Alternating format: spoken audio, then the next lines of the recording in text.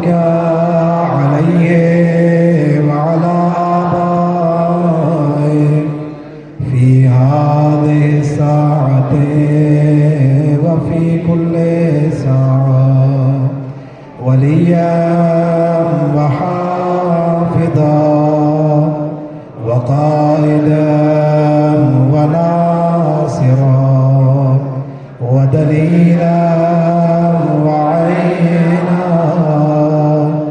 حتى تسكنه أرضك طوعا وتمتعه فيها طويلا برحمتك يا أرحم الراحمين. اللهم صل على محمد. درس سے پہلے تو آپ سب حضرات سے معذرت، اصل میں تھوڑی ہماری انتظامیہ کی بھی کوتاہی ہے کہ انتظام کرنے میں تھوڑا سست ہے بہت زیادہ. درس سے پہلے یہ سارے کام ہونے چاہیے لیکن نہ کوئی مائک چلانے والا ہوتا ہے نہ کچھ. بہرحال میں دعا کروں گا اللہ تعالیٰ ہماری انتظامیہ کو توفیق دے کہ ان مسائل کو ٹھیک کرے، اور آپ بھی ان کی توفیقات میں اضافے کے لیے دعا کریں کہ اللہ تعالیٰ ہمارے انتظامیہ کو ہدایت دے کہ وہ ان کاموں کو صحیح طریقے سے انجام دیں.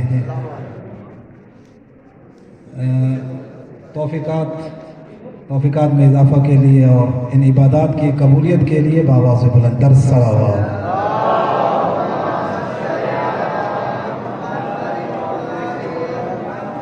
اعوذ باللہ من الشیطان الرجیم. بسم اللہ الرحمن الرحیم. الحمد للہ رب العالمین والصلاة والسلام علی سیدنا و نبینا ابی القاسم محمد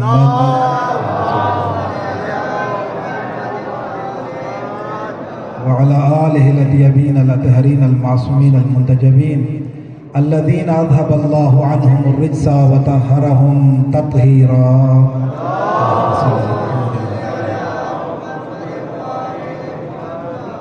أما بعد فقد قال أمير المؤمنين علي بن أبي طالب عليه الصلاة والسلام اول الدین معرفت الجبار. ایک بلند آواز سے صلوات بھیج دیں محمد.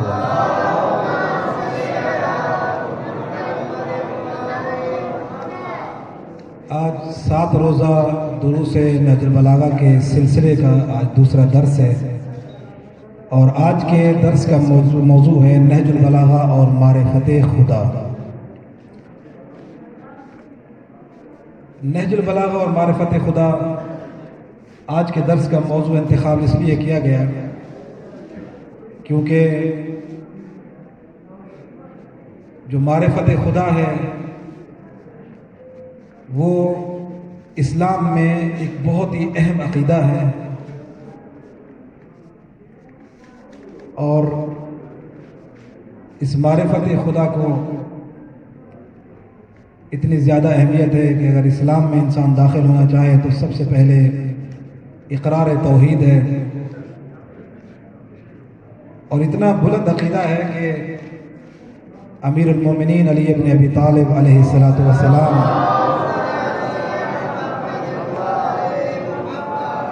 سرکار کا یہ ارشاد گرامی فرمایا اول الدین معرفت الجبار. دین کی ابتدا اپنے پروردگار کی معرفت ہے. یہ سب سے اہم چیز ہے زن گرامی. اور ایک اور فرمان میں امام خود ارشاد فرماتے ہیں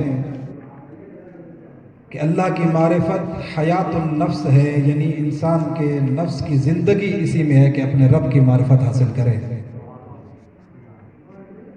اس لیے کہ انسان کو اللہ رب العزت نے خلق کیا تو اپنی معرفت کے لیے خلق کیا، اپنی عبادت کے لیے خلق کیا. آواز قدرت آئی وما خلقت الجن والانس الا لیعبدون. فرمایا ہم نے انسانوں اور جنوں کو خلق صرف اس لیے کیا کہ وہ اللہ کی عبادت کریں، اور عبادت بغیر معرفت کے نہیں ہوتی ہے. جب تک معرفت نہ ہو کہ ہمیں کس پروردگار کی عبادت کرنا ہے، اس وقت تک اگر معرفت نہیں ہے تو عبادت نہیں ہو سکتی ہے. سب سے پہلے اپنے رب کی معرفت ہو تب اپنے پروردگار کی ہم عبادت کریں. معرفت کے بغیر عبادت کا کوئی فائدہ نہیں ہے. اور یہ عالم اسلام میں مسلمانوں کا انتہائی اہم عقیدہ، دین کی بنیاد اسی عقیدے پر ہے، معرفت توحید پر. بہت اہم عقیدہ ہے اور معصومین نے اسی عقیدے کو بیان کرنے میں بہت زیادہ اہمیت سے اس عقیدے کو بیان کیا۔ آپ دیکھیے اللہ رب العزت نے جتنے بھی انبیاء بھیجے تمام انبیاء آئے اس لیے کہ کلمہ لا الہ الا اللہ کی تبلیغ کے لیے انبیاء تشریف لائے۔ توجہ رہے آپ کی میری طرف۔ تمام انبیاء اس لیے کیوں آخر کلمہ توحید کے لیے تمام انبیاء نے کوشش کی؟ ہمارے ائمہ اہل بیت نے بھی توحید کی معرفت کو بہت زیادہ اہمیت دی۔ کیوں؟ اس لیے کہ توحید ایک فطری چیز ہے۔ توحید ایک فطری چیز ہے۔ ایک انسان اگر دنیا میں آیا ہے تو جب اس میں شعور آئے گا تو یہ سوچے گا کہ مجھے پیدا کس نے کیا ہے۔ کوئی بھی چیز آپ دیکھیں دنیا میں بغیر بنانے والے کی کوئی چیز نہیں ہے۔ جب بھی کوئی چیز ہے تو اس کا کوئی نہ کوئی بنانے والا ہے۔ یہ ایک فطری چیز ہے۔ اگر کوئی بتانے والا نہ بھی ہو تب بھی ہماری فطرت میں یہ چیز رکھ دی گئی ہے کہ کوئی نہ کوئی ہمارا خالق ہے۔ تمام انبیاء اسی لیے آئے، اسی کلمہ توحید کی تبلیغ کے لیے آئے۔ اور امیر المومنین علی بن ابی طالب علیہ السلام نے سرکار نے اپنے فرزند حضرت امام حسن مجتبیٰ کو یہ فرمایا تھا، فرمایا بیٹا، یعنی امیر المومنین نے فرمایا اگر خدا کا کوئی شریک ہوتا، اگر کوئی اور خدا ہوتا تو وہ بھی اپنے رسول بھیجتا، وہ بھی اپنے نمائندے بھیجتا۔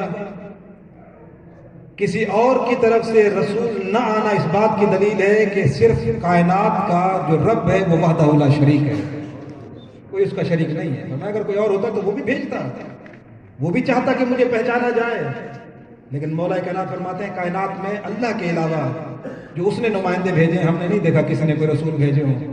اس کا مطلب ہے کوئی اور خدا نہیں ہے، وہ وحدہ لا شریک ہے۔ یہ عقیدہ توحید بہت اہم عقیدہ ہے۔ آپ دیکھیں ابتدا ہی یہیں سے ہوتی ہے، لا الہ الا اللہ۔ سب سے پہلے ابتدا یہیں سے ہے کہ اللہ کے علاوہ کوئی عبادت کے لائق نہیں ہے۔ کلمہ اسی میں پڑھا جاتا ہے، سب سے پہلے یہی ہے۔ میں نے عرض کیا کہ اسلام میں سب سے اہم عقیدہ ہے، لیکن میں چند باتیں عرض کرنا چاہوں گا۔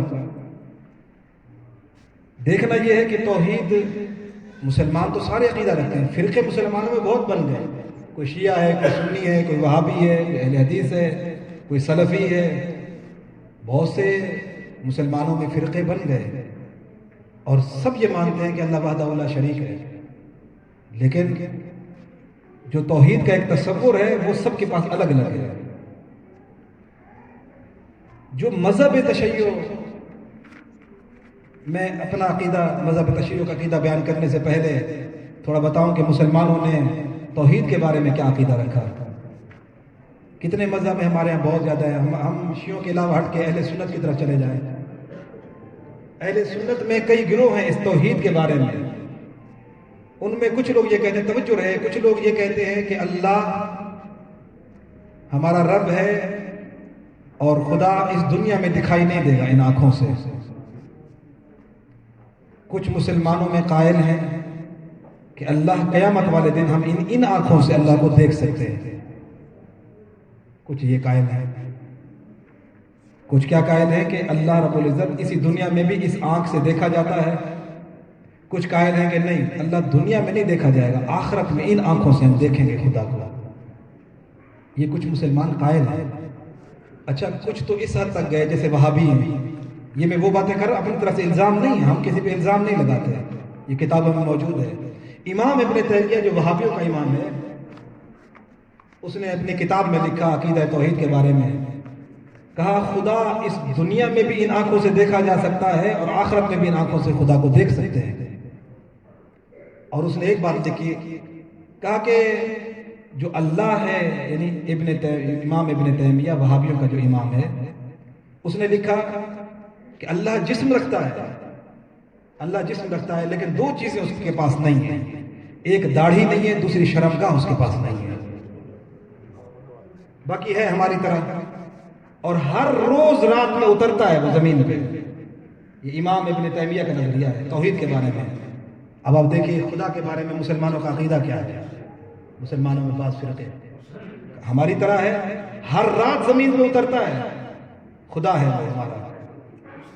بعض نے اس وقت لکھا علامہ شبلی نعمانی نے، اس نے کہا جب قیامت کا دن ہوگا اور جناب سیدہ تشریف لائیں گے اور کہیں گے پروردگار میرے حسین کو بے جرم مارا گیا، اس کے قاتل یزید کو سزا دی جائے، تو احکم الحاکمین ہے، تو بہترین فیصلہ کرنے والا ہے، آج فیصلہ کر۔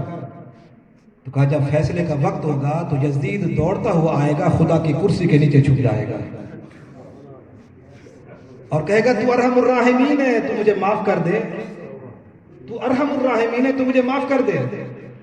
تو اللہ کہے گا اچھا تو نے مجھے غفور الرحیم کہا ہے، جا میں نے تجھے تیرا قصور معاف کر دیا۔ کہے گا پروردگار تو نے بھی معاف کر دیا، اب نبی کی بیٹی سے کہے یہ بھی مجھے معاف کر دے۔ تو اللہ کہے گا فاطمہ میں اس کائنات کا خالق ہوں، میں رب ہوں، میں تیرا بھی خالق ہوں، جب میں غفور الرحیم اسے معاف کر رہا ہوں تو تو بھی اسے معاف کر دے۔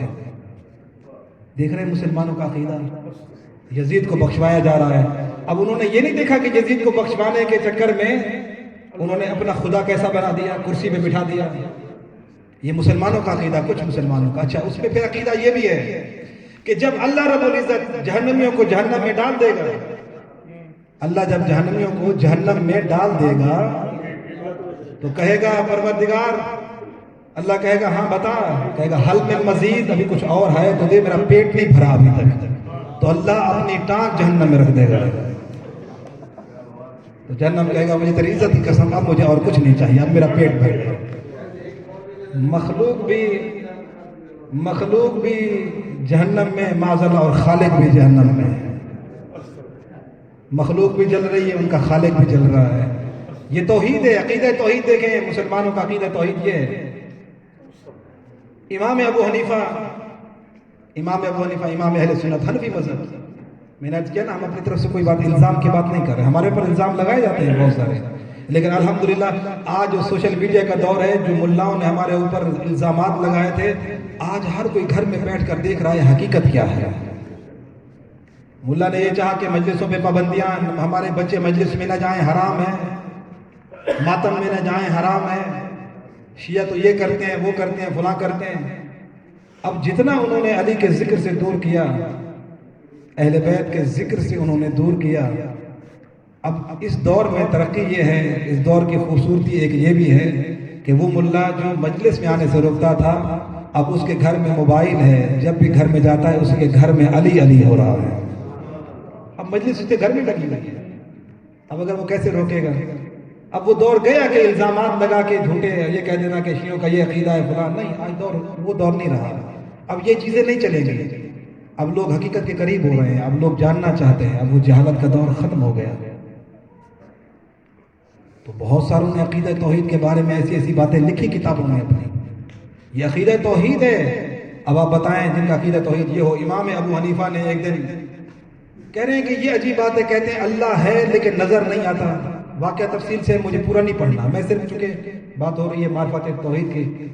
امام ابو حنیفہ امام اہل سنت حنفی مذہب کے امام، وہ کہتے ہیں کہ یہ عجیب بات ہے، امام صادق علیہ السلام یہ کہتے ہیں کہ اللہ ہے لیکن نظر نہیں آتا۔ کہا یہ کیسے ہو سکتا ہے، کوئی چیز ہو اور پھر نظر نہ آئے؟ جو چیز ہے اس کو نظر آنا چاہیے۔ اب واقعہ بہت تفصیل ہے۔ تو حضرت بہلول بیٹھے سن رہے تھے، انہوں نے ایک ڈھیلا اٹھایا مٹی کا، ایک پتھر اٹھایا ان کے سر پہ مارا۔ اب میں پورا واقعہ تو بہت تفصیل ہے، میں صرف اس میں سے یہ جملہ لے رہا ہوں۔ اب وہ چیخنے چلانے لگے کہ مجھے تو نے سر پہ مارا، مجھے درد ہو رہا ہے، درد ہو رہا ہے۔ جب قاضی کے پاس پہنچے، جج کے پاس کہ اس نے میرے پر ظلم کیا، اس نے پتھر مارا اور مجھے درد ہے، تو جناب بہلول نے کہا کہ اگر تجھے درد ہے تو پھر دکھا کہاں ہے، کہاں ہے دکھا۔ کہا یہ بھی کوئی دیکھنے والی چیز ہے؟ کہا تو کہہ رہا ہے اس کا مطلب پھر تو میں نے یہ کہا نہیں ہے مجھے درد۔ کہا جب تو کہہ رہا ہے کہ جو چیز ہے ضروری ہے کہ وہ آنکھوں سے بھی نظر آئے، اگر تجھے درد ہے تو پھر دکھا درد کہاں ہے تجھے۔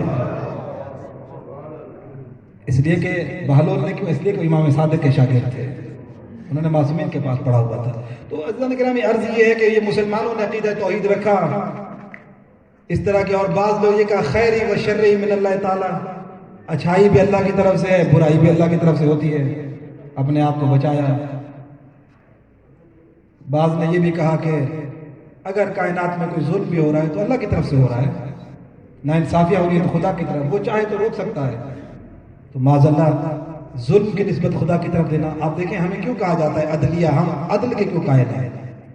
مسلمانوں نے 3 اصول دین بیان کیے, توحید, نبوت اور قیامت, بس.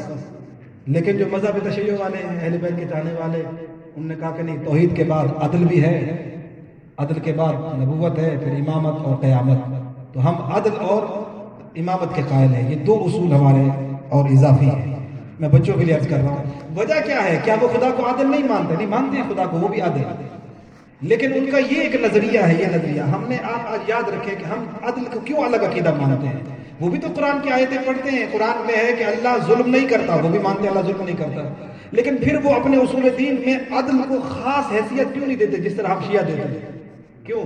یہ اہم مسئلہ, اس کو سمجھیے. اس وجہ سے نہیں دیتے کیوں؟ ان کے نزدیک کچھ علماء, اچھا اہل سنت بھی 2 گروہ ہیں, کچھ ہماری طرح نظریہ رکھتے ہیں, کچھ الگ ہو گئے. مثلا کیا وہ کہتے ہیں کہ خدا اگر ظلم کر بھی دے تو خدا کا ظلم اچھا ہو جاتا ہے.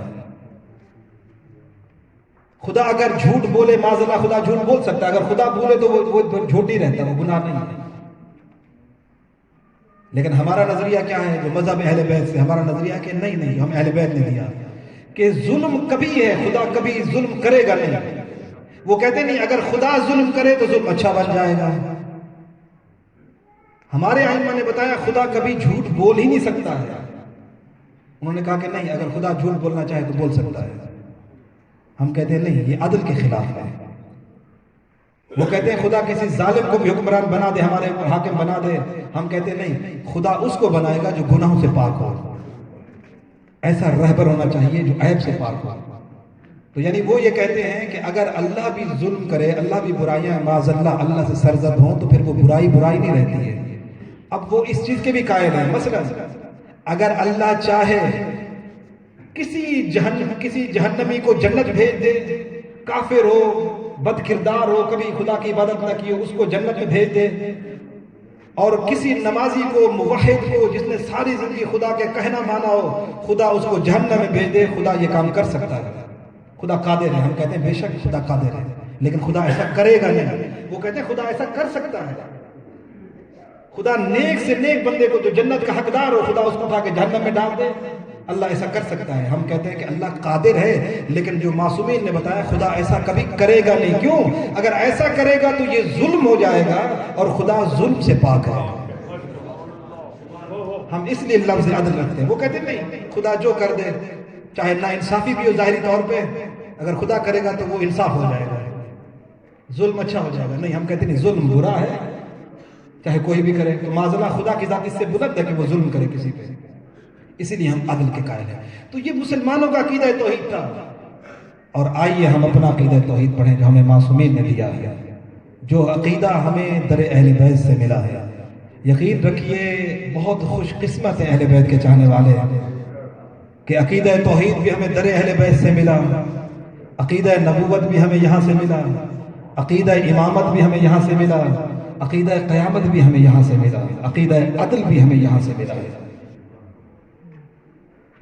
اب دنیا کو پہچاننے میں, خدا کو پہچاننے میں فرق ہوا. دیکھیں خدا کی معرفت حاصل کرنا ہے. خدا کو پہچانیں گے تو کیسے پہچانیں گے؟ خدا کو ہمیں پہچاننا ہے تو ہم اس کائنات سے خدا کو پہچانیں گے. مثلا ہم پیدا ہوئے, ہم نے دیکھا زمین ہے, اس کا بھی کوئی بنانے والا ہوگا. ہم پیدا ہوئے, زمین ہم سے پہلے تھی, آسمان ہم سے پہلے, پانی ہم سے پہلے, پہاڑ ہم سے پہلے. یہ کائنات میں سب چیزیں ہم سے پہلے تھیں, ہم بعد میں خلق ہوئے. جب ہم اس دنیا میں آئے تو ہم نے دیکھا کہ یہ مخلوقات, اس کا مطلب ہے ان کا بھی کوئی بنانے والا ہے, ہمارا بھی کوئی بنانے والا ہے. ہم نے خدا کو دیکھا تو ان چیزوں کو دیکھ کر, یہ موبائل آپ کے سامنے, یہ مائک ہے, اس کو ہم نے دیکھا. کوئی کہہ سکتا ہے بغیر بنانے والے کہ یہ بن گیا ہے؟ عقل مند کبھی نہیں گئی. یہ عمارت بنی ہے, یہ امام بارگاہ ہے, بغیر بنانے والے کے نہیں ہے. تو ہم آپ خدا کو پہچانیں گے تو کن چیزوں کے ذریعے سے؟ اگر آپ سے کوئی کافر پوچھ لے, کوئی مشرک پوچھ لے, تم خدا کو مانتے ہو, ذرا بتاؤ خدا کے بارے میں, تم بتاؤ ہمیں, تو کیا دلیل دیں گے؟ ہم قرآن تو مانے گا نہیں وہ, تو ہم یہی دلیل دیں گے کائنات کے بارے میں کہ دیکھو بابا ہمارا وجود ہے, اس کو کس نے بنایا ہے؟ کوئی تو بنانے والا ہے. کائنات میں کوئی چیز اگر موجود ہے تو اس کا کوئی نہ کوئی بنانے والا ہے. اب اس کائنات کا اللہ بنانے والا ہے. ہم تو ان چیزوں کو دیکھ کر خدا کو پہچانیں گے. لیکن اہل بیت کی معرفت کیا ہے؟ یہ ہماری معرفت ہے. ہم نے خدا کی مخلوقات کو دیکھ کر یہ پہچانا کہ کوئی بنانے والا ہے، اور وہ بنانے والا ایسا طاقت والا ہے جس نے اس پوری کائنات کو بنایا کہ اتنی طاقت کسی میں نہیں ہے کہ اتنی بڑی کائنات بنا سکے. یہ ہماری توحید کا معرفت کا طریقہ ہے. آپ ذرا بتائیے، جب اہل بیت کا نور خلق ہوا تھا، نہ اس وقت زمین تھی، نہ اس وقت آسمان تھا، نہ اس وقت سورج تھا، نہ اس وقت چاند تھا، نہ اس وقت فرشتے تھے.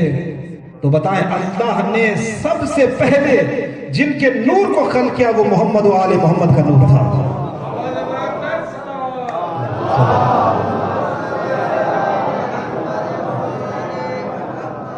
تو اللہ نے سب سے پہلے ان کے نور کو خلق کیا. کسی کو پہچاننے کے طریقے کون کون سے ہوتے ہیں؟ یا تو آپ کسی ذائقہ چکھنا ہو، کوئی چیز زبان سے چکھ کے بتاتے ہیں یہ چیز کیسی ہے، ٹیسٹ اس کا کیسا ہے. کوئی چیزیں آپ سونگتے ہیں پھر بتاتے ہیں یہ کیا ہے. کوئی چیزیں سن کے آپ بتاتے ہیں. ابھی آپ بیٹھے ہیں، باہر سے آواز آئے، آپ سن کے بتائیں گے یہ انسان کی آواز ہے یا کسی جانور کی ہے. کچھ چیزوں کو آپ چھو کے بتاتے ہیں ہاتھوں سے کہ یہ گرم ہے، ٹھنڈی ہے، نرم ہے، سخت ہے، ہاتھوں کے ذریعے سے. کچھ چیزیں آپ آنکھوں کے ذریعے سے پہچانتے ہیں، دیکھ کے پہچانتے ہیں. یہ پہچان کے ذریعے ہیں اس کائنات میں.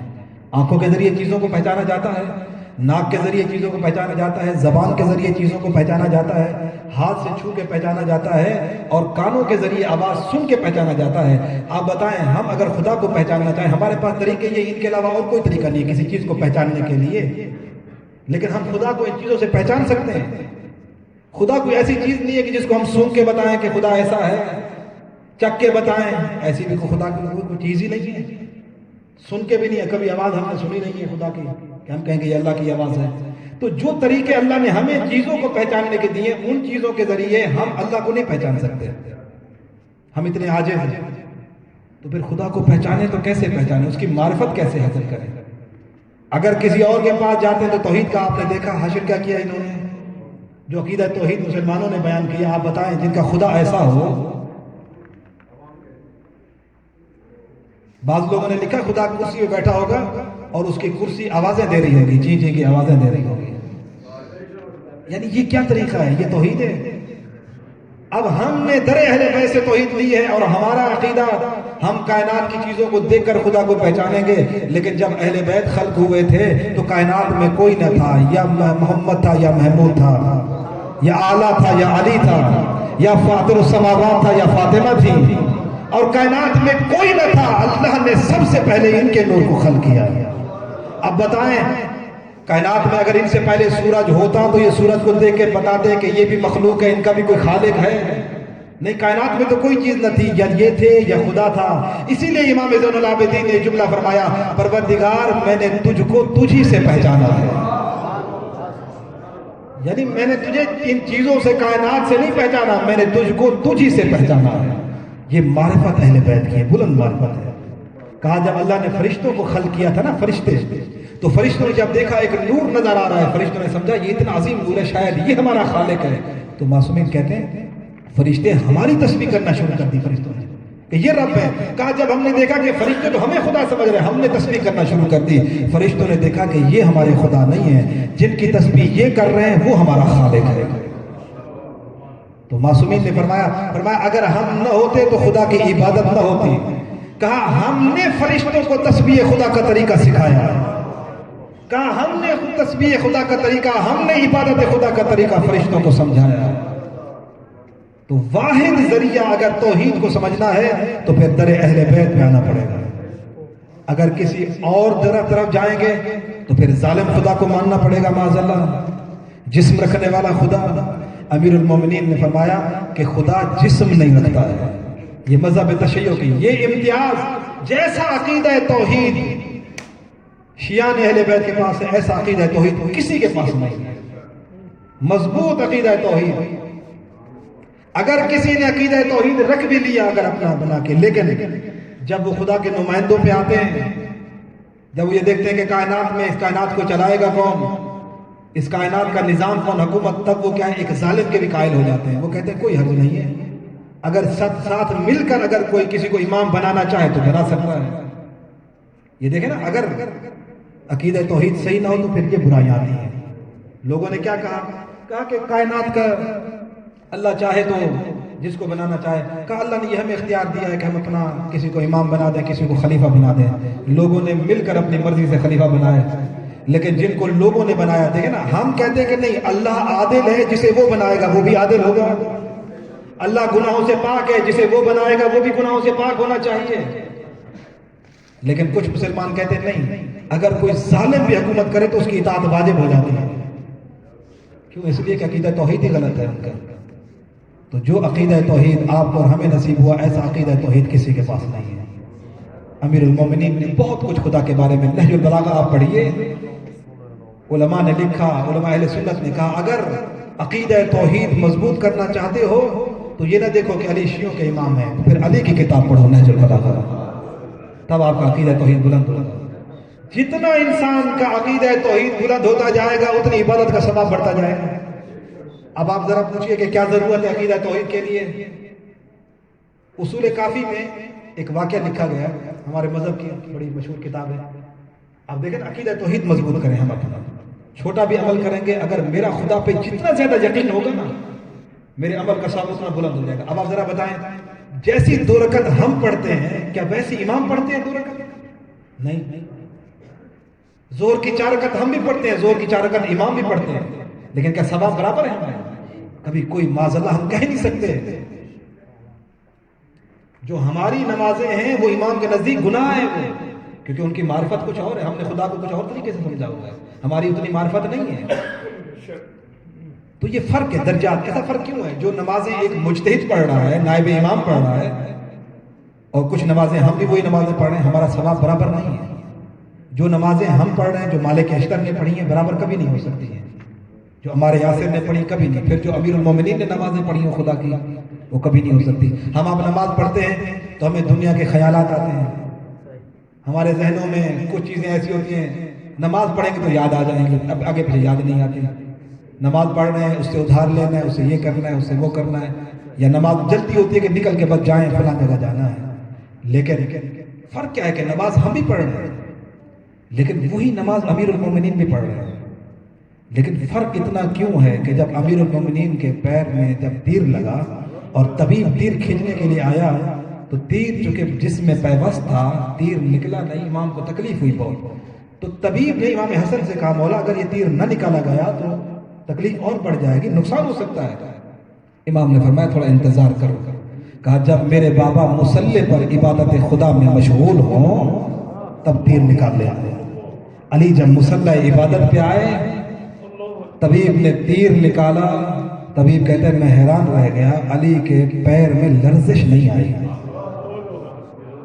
عبادت کر رہے تھے خدا کی، عبادت کر۔ ایک دن ایک بندہ دوڑتا ہوا آیا جناب سیدہ کے دروازے پر رات کے وقت میں، دروازہ زور سے کھٹکھٹایا۔ بیوی نے پوچھا کون؟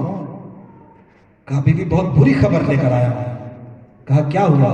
کہا ابھی علی کو دیکھا کہ علی صحرا میں گئے، میں علی کے پیچھے پیچھے تھا، علی عبادت خدا میں روتے روتے علی کی روح پرواز کر گئی ہے، علی کے دل کی دھڑکن بند ہو گئی، علی کی روح پرواز، علی دنیا میں نہیں رہے۔ جناب سیدہ نے کہا واپس چلا جا، تو نے آج علی کا یہ حال دیکھا ہے۔ علی جب بھی خدا کی عبادت کرتے ہر رات علی کا یہی حال ہوتا ہے۔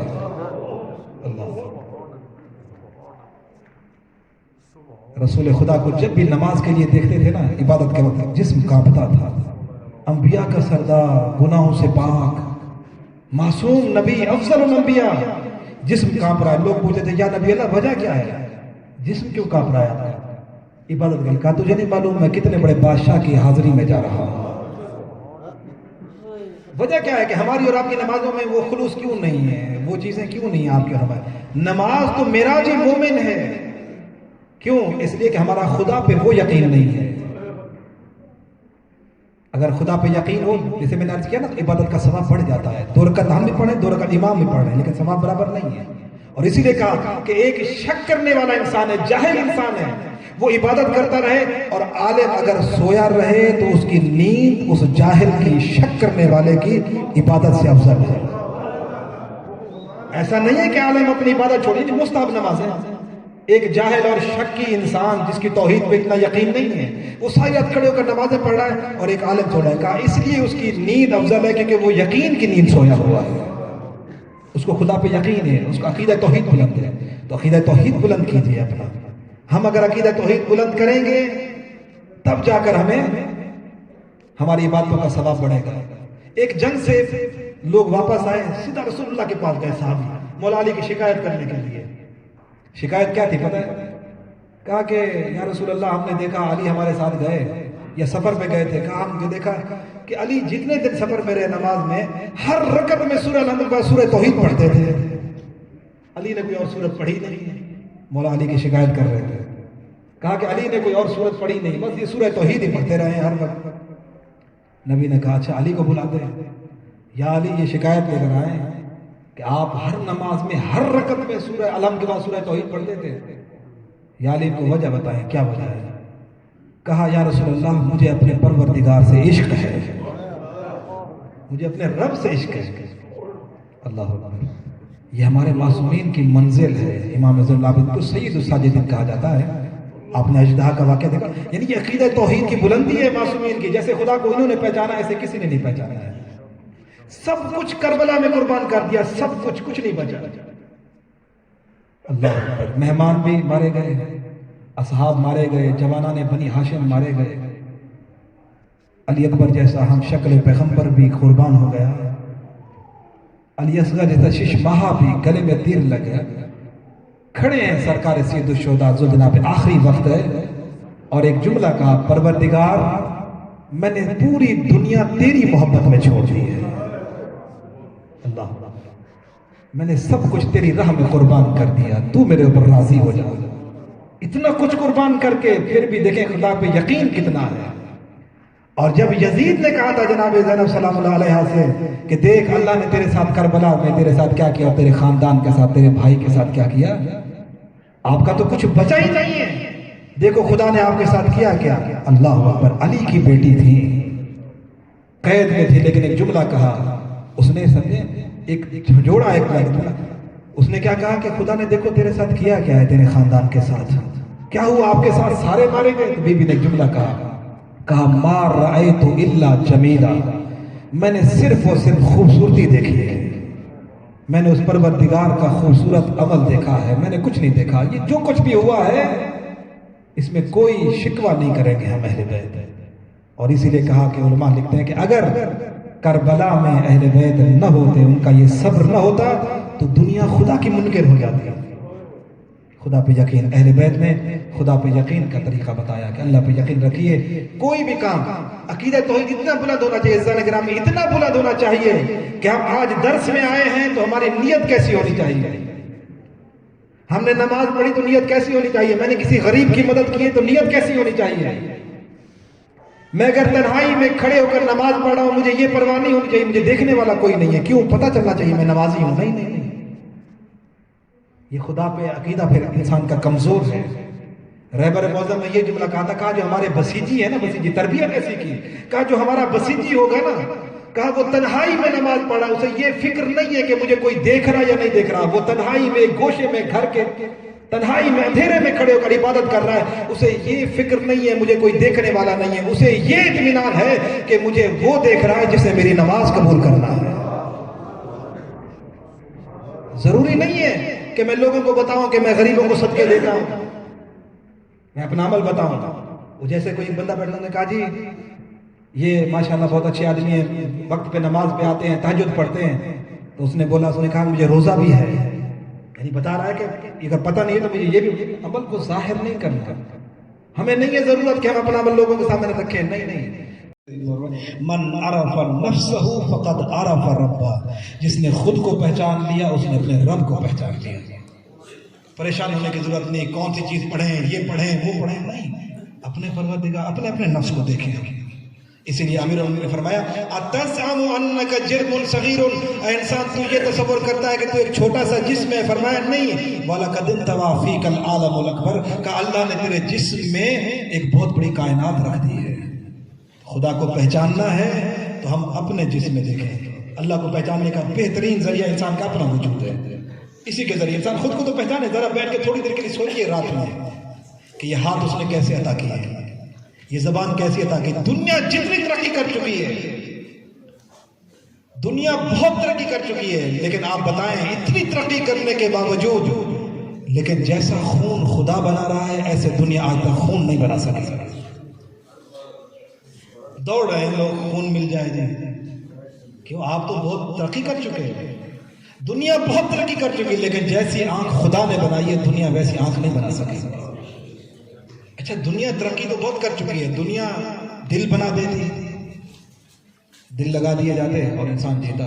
اگر دنیا کو ترقی کر بھی رہی ہے پھر بھی اختیار اللہ نے اپنے پاس رکھا ہے زندگی اور موت کا، وہ قادر ہے۔ تو بس یہ سمجھے کہ وہ میرے اوپر خالق ہے، اور اسی لیے انبیاء کو بھی حکم ہوا کہ آپ بھی یہ جملہ کہ ان صلاتی و نسکی و محیایا و مماتی للہ رب العالمین، کہا میری نماز، میرے اعمال، میری زندگی اور میری موت خالصتاً اللہ کے لیے ہے۔ خلوص، اللہ نگران میں خلوص ہونا چاہیے۔ جو انسان جتنا خدا سے محبت کرتا چلا جائے گا اتنا خدا کے قریب ہوتا چلا جائے گا، تبھی عبادتوں کا ثواب ملے گا۔ تھوڑی دیر مصلی پہ کھڑے ہو کر انسان سوچے کہ میں کس کی بارگاہ میں کھڑا ہوں، نہیں تو عبادت کا کوئی فائدہ نہیں ہے۔ اور اسی لیے علماء کہتے ہیں کہ اگر نماز بغیر خشوع و خضوع کے فائدہ نہیں ہے، کہا جب مصلی پہ کھڑے ہو جائیں اب خشوع و خضوع کیسے ہو، توجہ اللہ کی طرف کیسے رہے؟ علماء نے لکھا، کہا اگر نماز میں توجہ چاہتے ہو، عبادت خدا کی ہے تو توجہ اگر چاہتے ہو تو نماز شروع کرنے سے پہلے سرکار سید الشہداء پہ سلام بھیجو، السلام علیکم یا ابا عبداللہ، اس کے بعد اللہ اکبر کہہ کے نماز پڑھو، اللہ امام حسین علیہ السلام کے صدقے میں آپ کی نماز میں خشوع اور خضوع قائم کر دے۔ ہدیہ صلوات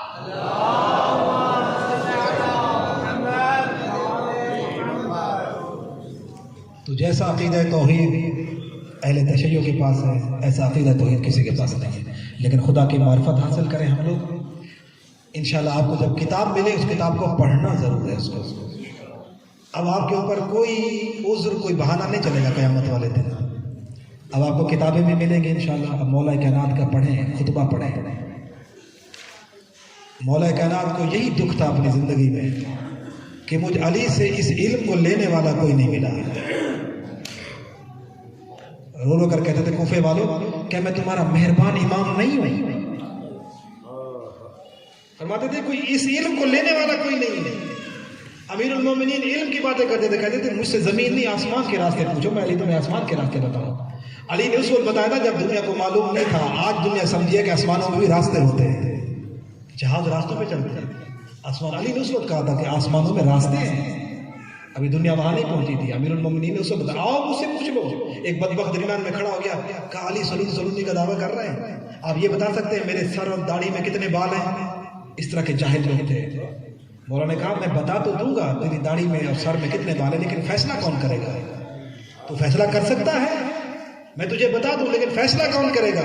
اور پھر یہ جملہ کہہ کے جملہ فرمایا اچھا اتنا بتا دوں کہ تیرے سر اور تیری داڑھی میں اتنے جتنے بال ہیں اللہ نے اتنے فرشتے بنائے ہیں جو تیرے اوپر لعنت کرتے ہیں۔ وہ جاہل لوگ تھے جو امیر المومنین سے سوال کرتے تھے ہم کیسے شیعہ ہیں؟ آیا ہم نے امیر المومنین درس توحید لیا؟ آیا ہم نے امیر المومنین سے درس نبوت لیا؟ امیر المومنین نے جو توحید کا درس دیا، جو نبوت کا عقیدہ امیر المومنین نے بیان کیا، ایسا عقیدہ کسی نے بیان نہیں کیا ہے۔ نہج البلاغہ پڑھیے گا، اس میں امیر المومنین کے فرامین ہیں۔ یہ انشاءاللہ آج کا درس ہے، اس میں بہت سی چیزیں ہیں، آپ ان کو خود بھی دیکھیے گا، بہت سی باتیں سمجھانے کی تھی۔ اگر ہم درس کو پورا پڑھتے تو اس میں بہت ساری چیزیں رہ جاتی جو آپ کو میں عرض کرنا چاہ رہا تھا۔ اس لیے اس درس کا آپ یہ سمجھیں کہ معرفت توحید بہت ضروری ہے، لیکن توحید کی معرفت ہو نہیں سکتی جب تک ہم ائمہ اہل بیت کو نہیں پہچانیں گے، اس لیے کہ توحید کا دروازہ اہل بیت ہے۔ جو امام ہوتا ہے وہ دروازہ توحید ہوتا ہے، یقین رکھیے۔ کسی نے پوچھا تھا سرکار سید الشہداء امام حسین علیہ السلام سے اور کہا تھا مولا ما معرفت اللہ، خدا کی معرفت کیا ہے؟ سوال تو بنتا ہے نا کہ جب ہمیں کہا خدا کو پہچانو خدا کو پہچانو، تو کہا مولا خدا کی معرفت سے کیا مراد ہے؟ سنیں گے سرکار سید الشہداء کیا فرمایا معرفت اہل کل زمان امامہم، فرمایا جس نے اپنے وقت کے امام کو پہچان لیا اس نے خدا کو پہچان لیا۔ اس لیے امام کی معرفت ضروری ہے، اور قرآن بھی کہہ رہا ہے یوم ندعو کل اناس بامامہم، ہر شخص کو اس کے امام کے ساتھ ہم بلائیں گے. الحمدللہ ہمارے پاس تو 12 امام ہیں. دنیا سے پوچھئے آپ کے پاس کون سے امام ہیں؟ یہی فیصلہ ہو جائے گا. ہر بندہ قیامت والے دن امام کے ساتھ اٹھے گا. اور معرفت اگر توحید کی صحیح کرا سکتے ہیں تو پھر امیر المومنین ہی خدا کی صحیح معرفت کرا سکتے ہیں. یہ آج کا درس ہے نہج البلاغہ اور معرفت خدا. اس میں بہت ساری چیزیں آپ کی خدمت میں پیش کی گئی ہیں اور ان کو آپ کو پڑھنا ہے. جو حضرات امتحان میں شرکت کرنا چاہیں گے ان سے ہم ادھر سے سوال ہوں گے. خطبہ نمبر سب لکھا ہوا ہے, آپ ان خطبہ نمبروں کو یاد رکھیں گے. یہ ساری چیزیں بہت ضروری ہیں.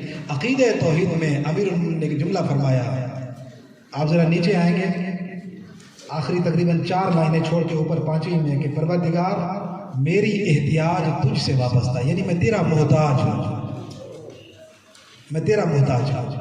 کبھی بھی یہ نہ کہیں کہ اللہ اپنے دین کو پھیلانے کے لیے کسی کا محتاج ہے, وہ کسی کا محتاج نہیں ہے.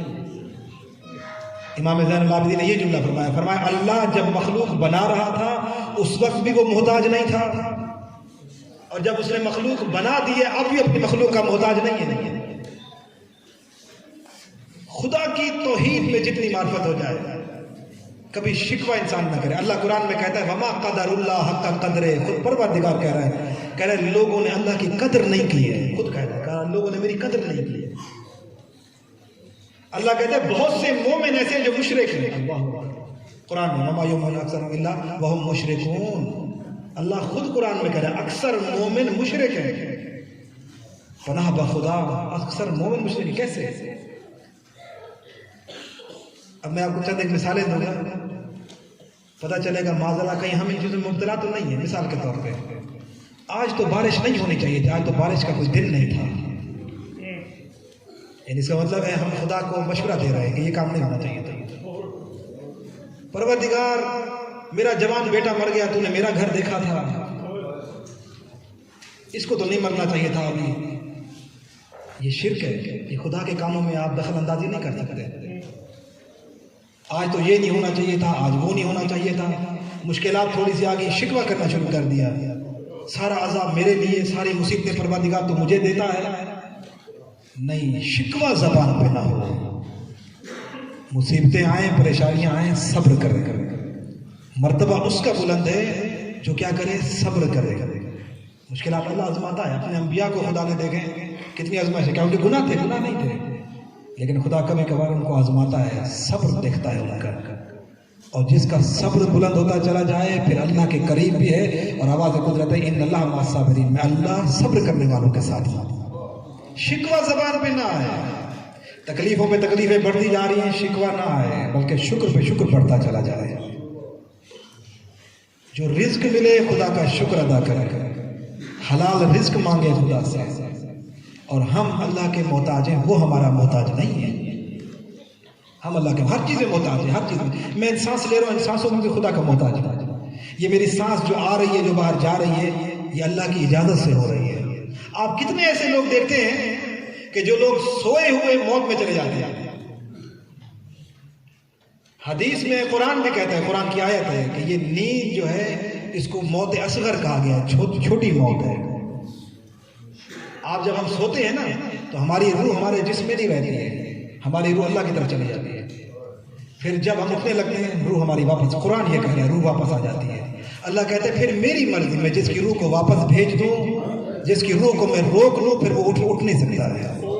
ایسے بہت سے لوگ ہیں. آپ یقین رکھیے یہ اللہ تعالیٰ کی مہلت ہے میرے اور آپ کے لیے. وہ چاہے تو ابھی ہم سے طاقت لے سکتا ہے, وہ اتنا قادر ہے. آپ نے کبھی دیکھا ہو کچھ لوگ مرتے ہیں, کچھ کی آنکھیں کھلی رہتی ہیں, کچھ کی آنکھیں بند ہوتی ہیں. وجہ کیا ہے؟ لوگ کہتے ہیں جی کچھ دیکھنے کے لیے. اپنی اپنی باتیں لوگوں نے بنائی ہیں. کسی نے پوچھا تھا کسی معصوم سے وجہ کیا ہوتی ہے؟ کچھ لوگوں کی مولا آنکھیں کھلی رہتی ہیں, کچھ کی بند رہتی ہیں. وجہ کیا ہے؟ نظام کائنات دیکھیے, خدا کا قدرت دیکھیے, اللہ کتنا قادر ہے. کہا اگر آنکھ کھلی ہے, فرشتہ آ گیا تو آنکھ بند کرنے کی اجازت نہیں ہے. آنکھ بند کرنے کی اجازت نہیں ہے. آنکھ بند ہے تو کھولنے کی اجازت نہیں ہے. ابھی میں آپ سے کہوں آنکھیں بند کریں کھولیں کریں, کتنا ٹائم لگے گا آپ نہیں بتا سکیں گے. سیکنڈ سے بھی کم لگے گا آنکھ کھولنے اور بند کرنے میں. کوئی تکلیف محسوس ہوئی؟ نہیں. پتہ نہیں کتنے مرتبہ آنکھ بند کرتے ہیں کھولتے ہیں. اور قدرت پروردگار دیکھیے کتنا قریب ہے. اگر یہ آنکھیں بند کرنا کھلنا یہ نہ ہوتا نا، آپ تھوڑی دیر آنکھیں کھول کے بیٹھے آپ کی آنکھوں سے پانی بہے گا، تکلیف ہوگی آپ کو. یہ پروردگار کا احسان ہے. کبھی اس نے ہم سے کچھ لیا ہے کہ نہیں؟ یہ آنکھیں دن میں اتنی مرتبہ ان کو پلک جھپکتی ہے تمہاری، نہیں اتنی جھپک سکتی ہے، اس سے زیادہ نہیں. پورا وجود صحیح سالم دے دیا، لیکن ہم اس پورے وجود میں محتاج ہیں. اب دیکھیں ہم کتنی محتاج ہیں کہ اگر ہماری آنکھ کھلی ہے، فرشتہ آ گیا تو ہمیں بند کرنے کی اجازت نہیں ہوتی ہے.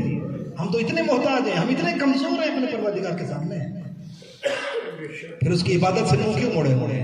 وہ تو خود کہہ رہا ہے تم میری عبادت سے منہ کیوں موڑتے؟ یا ایھا الانسان ما غرک بربک الکریم. کہا تمہیں وجود بھی سب سے بہترین عطا کیا، تمہیں شعور بھی سب سے بہترین، عقل جیسی نعمت میں نے تمہیں دی ہے، تمہیں مجبور نہیں بنایا. تمہیں بولنے والی بہترین زبان عطا کی ہے، تمہیں دیکھنے والی بہترین آنکھیں عطا کی ہیں. کہا تمہیں کائنات میں سب سے اشرف بنا کے بھیجا ہے. لیکن کون سی چیز ہے؟ یا ایھا الانسان ما غرک، کون سی چیز ہے جس نے تمہیں تمہارے رب سے دور کر دیا ہے؟ کوئی بھی عمل ہو، اگر ہم ہر وقت خدا کو دیکھیں گے کہ ہمارا پروردگار ہے، وہ دیکھ رہا ہے، وہ سن رہا ہے، وہ میرے ساتھ ہے. اور نبی نے جملہ فرمایا اے ابو ذر، یہ ایمان رکھ کہ ایسے عمل کر کے تو خدا کو دیکھ رہا ہے. کہا اگر اس بات کی سمجھ نہ آئے تو کم از کم یہ عقیدہ ضرور رکھ کہ خدا تجھے دیکھ رہا ہے. کہا اگر یہ عقیدہ تو نہیں رکھے گا تو تو کافر ہو جائے گا. اب ہم یہ بیٹھے ہیں، ہم کہتے ہیں کہ ہم تنہائی میں گناہ کریں، ہمیں دیکھنے والا کوئی نہیں ہے. نہیں، ہم کافر ہو جائیں گے اگر یہ ایمان ہم نے رکھ لیا تو. دنیا میں دیکھنے والا کوئی نہیں ہے، اللہ تو دیکھنے والا ہے یا نہیں ہے؟ تنہائی میں بیٹھ کر گناہ کرنا. ایک چیز کی طرف توجہ دلانا چاہتا ہوں، اپنے بچوں پہ توجہ کیجیے. آج کل موبائل بہت عام ہو چکا ہے، بچوں کو ماں باپ موبائل دے دیتے ہیں، لیکن توجہ رہے کہ بچہ موبائل کو استعمال کیسے کر رہا ہے. پہلے گناہ کرنے کے لیے لوگوں کو گھر سے باہر جانا پڑتا تھا، گھر کے اندر گناہ کے مواقع نہیں تھے. آج انسان کونے میں بیٹھ کر گناہ کر سکتا ہے، گھر میں چھپ کے، باہر جانے کی ضرورت نہیں ہے. آج کا دور بہت ہی آخر الزمان ہے اور بہت ہی خطرناک آج کل کے جو حالات ہیں. بچوں کی تربیت کریں اور ہر بندہ یہ سوچے کہ میں تنہا نہیں ہوں، میرا رب میرے ساتھ ہے. کہا یہ عقیدہ رکھیں کہ میرا رب مجھے دیکھ رہا ہے. کسی نے کہا تھا امیر المومنین سے، یا علی آپ جس اللہ کی عبادت کرتے ہیں اس کو دیکھا ہے جس کی عبادت کرتے ہو؟ علی فرماتے ہیں میں اس خدا کی عبادت کرتا ہی نہیں جسے میں نے دیکھا نہ ہو. اچھا اسے مطلب خدا آنکھوں سے نظر آئے گا؟ نہیں، فوراً کہا، فرمایا میں نے خدا کو ان آنکھوں سے نہیں دیکھا، دل کی آنکھوں سے دیکھا ہے. اللہ کہا جب بھی میں علی کوئی عمل کرتا ہوں میں یہ سمجھتا ہوں کہ میرا رب مجھے دیکھ رہا ہے، میں اپنے رب کو دیکھ رہا ہوں، میں سمجھتا ہوں میں اپنے رب کے سامنے کھڑا ہوا. عبادت کا ثواب بھی بڑھ جائے گا. جتنا خدا پہ یقین ہوگا اتنا پھر عبادتیں بھی قبول ہوں گی، اتنا عبادت کا ثواب بھی بڑھتا چلا جائے گا. تو اس لیے عزیزان گرامی یہ جملہ امیر المومنین کا بہت عظیم جملہ ہے کہ پروردگار میں تیرا محتاج ہوں، سانس لینے میں تیرا محتاج، میں دیکھنے میں تیرا محتاج، سننے میں تیرا محتاج. آپ ذرا پوچھئے کہ جن کے پاس اللہ نے قوت سماعت لے لی ان سے پوچھئے کہ اس کی قدر کتنی ہے. جس سے اللہ نے زبان لے لی ہے اس سے پوچھئے کہ جو بولتا تھا آج وہ فالج ہوا پڑا ہے، اس کی زبان نہیں ہے. پوچھئے اس کو آج پتہ چلے گا کہ اس زبان کی قدر کیا ہے. یہ اللہ نے اتنی نعمتیں دی ہیں تو ان نعمتوں کو ہم صحیح جگہ استعمال کریں، اپنے رب کو راضی کریں. یہی سب سے عزیزان گرامی بہت اہم چیز یہی ہے کہ ہم ہر وقت اپنے آپ کو اپنے رب کا محتاج سمجھیں، ہر چیز میں رب کے، اور مانگے اللہ سے، لوگوں سے نہ مانگیں. یہ نہ کہیں کہ جی آج مجھے فلاں نے بچا لیا، وہ نہ آتا تو آج میں آج مر جاتا. یہ شرک ہے. یہ نہیں، اللہ نے اس کو واسطہ بنا کے بھیجا ہے، وسیلہ بنا کے بھیجا ہے. جی اگر فلاں نہ آتا تو میرا کام نہ آتا، مہربانی آپ نے میرا کام کروا دیا. نہیں، اللہ نے وسیلہ بنایا، کام خدا کرتا ہے. تو اس لیے ہر چیز جو بھی کائنات میں ہو رہا ہے اللہ کی اجازت سے ہو رہا ہے، اس کی اذن سے ہو رہا ہے. ہم ہر چیز میں خدا کے محتاج ہیں. یہاں بیٹھے ان سانسوں میں خدا کے محتاج ہیں، یہاں سے باہر نکلیں گے پھر بھی اللہ کے محتاج، اٹھیں گے بیٹھیں گے سوئیں گے. اس لیے حکم ہے سونے سے پہلے توبہ کر کے ضرور سوئیں. ہو سکتا ہے واپس نہ اللہ دے گا، نیند میں ہی آپ چلے جائیں دنیا سے، توبہ کا موقع ہی نہ ملے. سوچیں کہ میں نے کسی نے ظلم تو نہیں کیا، سونے سے پہلے سوچیں میں نے کسی کی غیبت تو نہیں کی، میں نے کسی کا حق تو نہیں کھایا. یہ سوچیں. اور پھر معصوم فرماتے ہیں حضرت امام موسیٰ کاظم علیہ السلام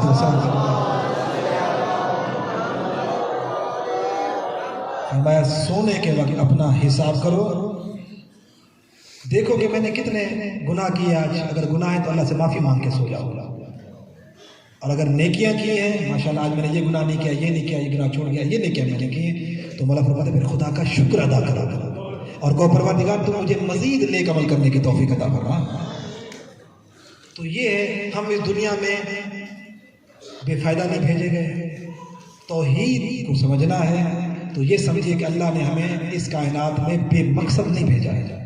وہ پروردگار قرآن میں فرماتا ہے انسان میں نے تمہیں بے مقصد نہیں بھیجا، اس کائنات میں تمہیں بھیجا کھیل بنا کے نہیں، کھاؤ پیو مزے کرو اور چلے جاؤ، کچھ نہیں۔ اللہ کہتا ہے میں نے تجھے ایک مقصد کے تحت خلق کیا ہے۔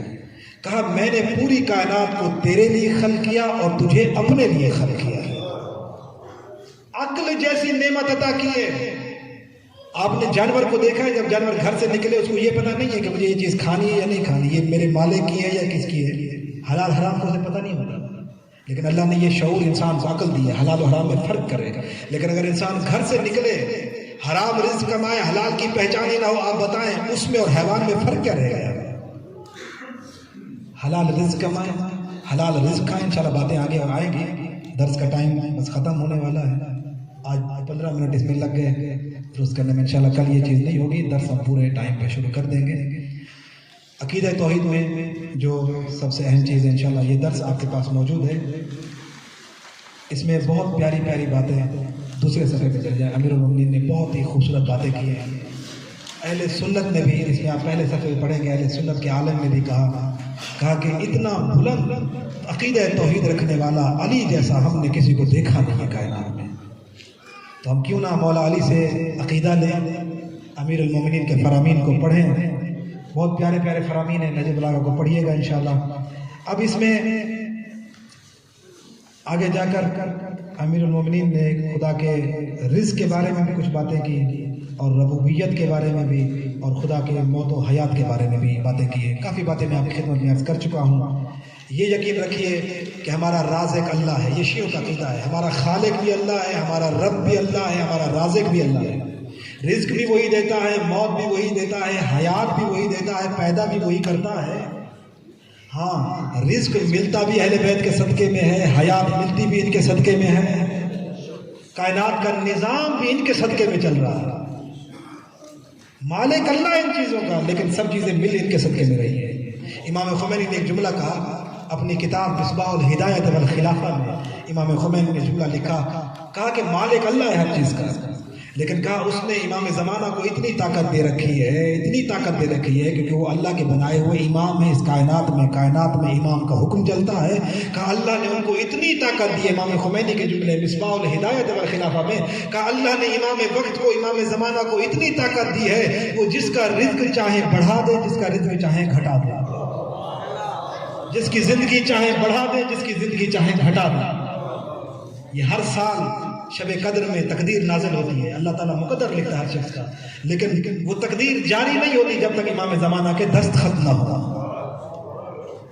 اس لیے امام کا اتنا دخل ہے اس کائنات میں، لیکن رازق اللہ ہے۔ بس توجہ رکھیے گا، میں اس لیے جملہ عرض کر رہا ہوں، آپ جب نہج البلاغہ پڑھیں گے نا اور قرآن کی تعلیمات یہ ہے کہ رازق اللہ ہے، کچھ جاہل لوگوں نے شیعوں کی طرح منسوخ کر دیا کہ یہ اہل بیت کو اپنا خدا مانتے ہیں، یہ علی کو اپنا رازق اور رب مانتے ہیں۔ نہیں، یہ نظریہ نہیں ہے۔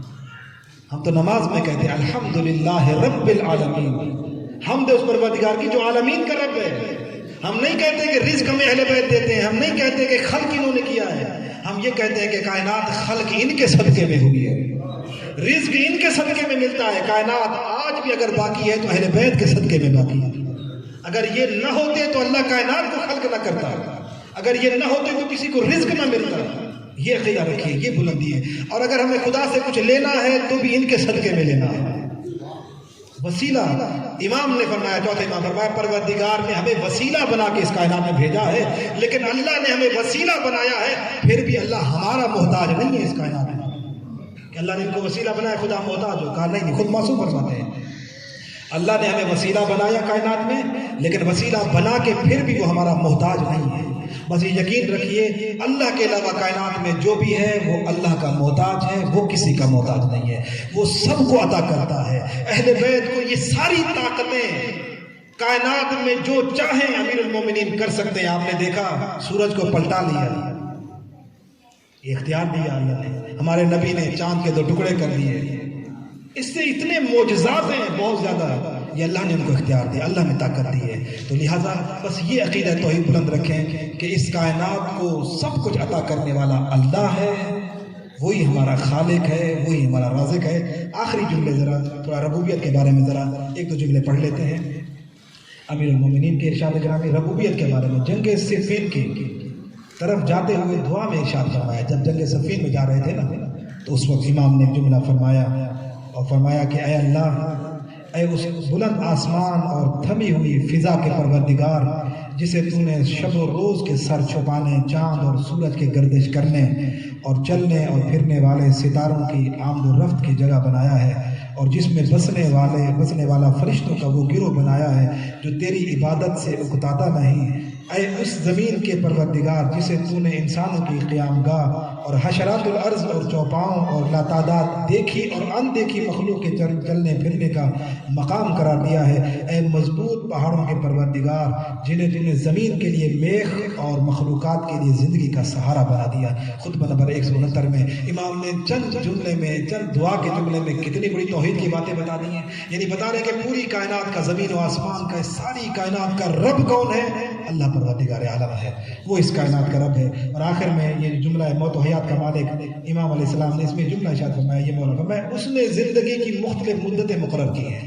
کسی کو زندگی زیادہ دے رہا ہے، کسی کو زندگی کم دے رہا ہے، کسی کو زیادہ، کسی کو کم، کسی کو آگے اور کسی کو پیچھے کر دیا، اور ان مدتوں کی رسیوں کی موت سے گرے لگا دی ہے وہ موت ان کو کھینچے لیے جاتی ہے اور ان کے مضبوط رشتوں کو ٹکڑے ٹکڑے کیے دیتی ہے. یعنی موت کی عظمت کو بھی سمجھیں، موت پر قادر بھی اللہ ہے، حیات پر بھی قادر اللہ ہے. جو مانگنا ہے اللہ سے مانگیں. اہل بیت وسیلہ ہے، اہل بیت کو اللہ نے بہت طاقت دی ہے. آپ ذرا بتائیے، جب حضرت عیسیٰ جیسا نبی مردوں کو زندہ کر سکتا ہے، علی تو عیسیٰ سے بھی افضل ہے. وہ مردوں کو حیات دے سکتے ہیں، علی حیات نہیں دے سکتے. ہمارے ائمہ بہت بلند ہیں، انبیاء سے بلند. انشاءاللہ باتیں چلتی رہیں گی. یہ آج کا درس تھا. کل انشاءاللہ پورے وقت میں، آج تھوڑا مائک کی خرابی ہونے کی وجہ سے تھوڑا سا درس میں تاخیر ہوئی، اس کے لیے ہم آپ سے بہت بہت معذرت خواہ ہیں. انشاءاللہ یہ سب درس کا سلسلہ جاری رہے گا. عقیدہ توحید بہت اہم ہے، اس عقیدے کو بلند رکھیے. اس عقیدے میں جتنا ہو سکے آپ اس عقیدے کو پڑھیے. انشاءاللہ کل کا درس جو ہے وہ نہج البلاغہ کا درس ہے کہ کل کا موضوع یہ ہوگا کہ قوموں کے زوال کے اسباب کیا ہیں امیر المومنین کے نزدیک، کہ قومیں کیوں زوال پذیر ہو جاتی ہیں، قومیں کیوں ڈوب جاتی ہیں، لوگ ترقی کیوں نہیں کرتے، وجہ کیا ہے؟ کیا وہ برائیاں ہمارے اندر تو نہیں ہیں جو امیر المومنین نے برائیاں بیان کی ہیں؟ انشاءاللہ وہ کل کا ہمارا درس ہوگا. اللہ تعالیٰ آپ سب کو جزائے خیر دے. آپ تشریف لائیں، اور جو مومنین اس درس میں تعاون کر رہے ہیں، دعا ہے کہ اللہ رب العزت ان سب کے مال رزق میں برکت عطا فرمائے. آپ حضرات سے دعا ہے، ان سب کے لیے دعا کرتے چلیں. پروردگار محمد و آل محمد کا واسطہ اس عبادت کو اپنی بارگاہ میں قبول فرما. پروردگار محمد و آل محمد کی عزت عظمت کا واسطہ جتنے مومنین درس میں حاضر ہیں، ان سب کی دعائیں اپنی بارگاہ میں مستجاب فرما. جو تعاون کر رہے ہیں ان سب کے مال رزق میں برکت عطا فرما. جن کی طرف سے آج نیاز کا اہتمام کیا گیا، پروردگار ان کے مال رزق میں برکت عطا فرما، ان کے مرحومین کے درجات بلند فرما. ہمارے آقا و مولا امام زمانہ کے ظہور میں تعجیل فرما. ان کی زیارت سے ہماری گناہگار آنکھوں کو مشرف فرما. ہمیں اپنے امام کو راضی کرنے کی توفیق عطا فرما. مرنے سے پہلے ہمیں امام حسین کی زیارت نصیب فرما. آخرت میں شفاعت اہل بیت نصیب فرما. جو مومنین مریض ہیں انہیں شفا کاملہ و عاجلہ عنایت فرما. بالخصوص ہم حاضرین میں جو مریض ہیں، ہمارے گھروں میں جو مریض ہیں، پروردگار امیر المومنین کی عظمت کے صدقے میں ان مریضوں کو صحت و سلامتی عطا فرما. جو اولاد کی خواہش رکھتے ہیں، پروردگار انہیں نیک اور صالح اولاد عطا فرما. پروردگار محمد و آل محمد کا واسطہ جنہیں تو نے اولاد عطا کی، انہیں اپنی اولاد کی دینی دنیاوی تربیت کرنے کی توفیق عطا فرما. ہمیں قرآن پڑھنے، قرآن سمجھنے، اس پر عمل کرنے کی توفیق عطا فرما. سیرت معصومین پر عمل کرنے کی توفیق عطا فرما. جہاں کہیں اہل بیت کے چاہنے والے، ان کی جان مال عزت دین اور ایمان کی حفاظت فرما. پروردگار جو دعائیں ہماری زبان تک نہیں آ سکی تو دلوں کے رازوں کو بہتر جانتا ہے، ان دعاؤں کو اپنی بارگاہ میں مستجاب فرما. پروردگار ہمیں زیادہ سے زیادہ اپنی معرفت عطا فرما. ہمیں اہل بیت کی معرفت عطا فرما. اپنے اپنے واجبات سیکھنے، ان واجبات کو ادا کرنے کی توفیق عنایت فرما.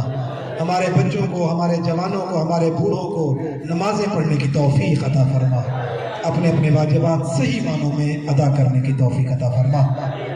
آپ حضرات سے گزارش ہے کہ اس درس میں اگر کوئی نیاز میں اپنے مرحومین کے لیے حصہ شامل کرنا چاہیں تو یہاں پہ آپ میرے ساتھ بیٹھ کر آپ اپنے مرحومین کے لیے جتنا بھی حسب توفیق ہو آپ نیاز میں حصہ شامل کریں. یہ امیر المومنین کا ان کے فضائل اس میں درس میں ہے. یہ علم امیر المومنین کی باتیں ہیں. نہج البلاغہ کا درس ہے. انشاءاللہ اس نیاز میں شریک ہوں اپنے مرحومین کے احصال ثواب کے لیے, دعاؤں کی قبولیت کے لیے, نیک توفیقات میں اضافے کے لیے, مریضوں کی شفا یابی, امام کے ظہور میں تعجیل کے لیے, اور اس درس کی قبولیت کے لیے بآواز بلند درس صلوات.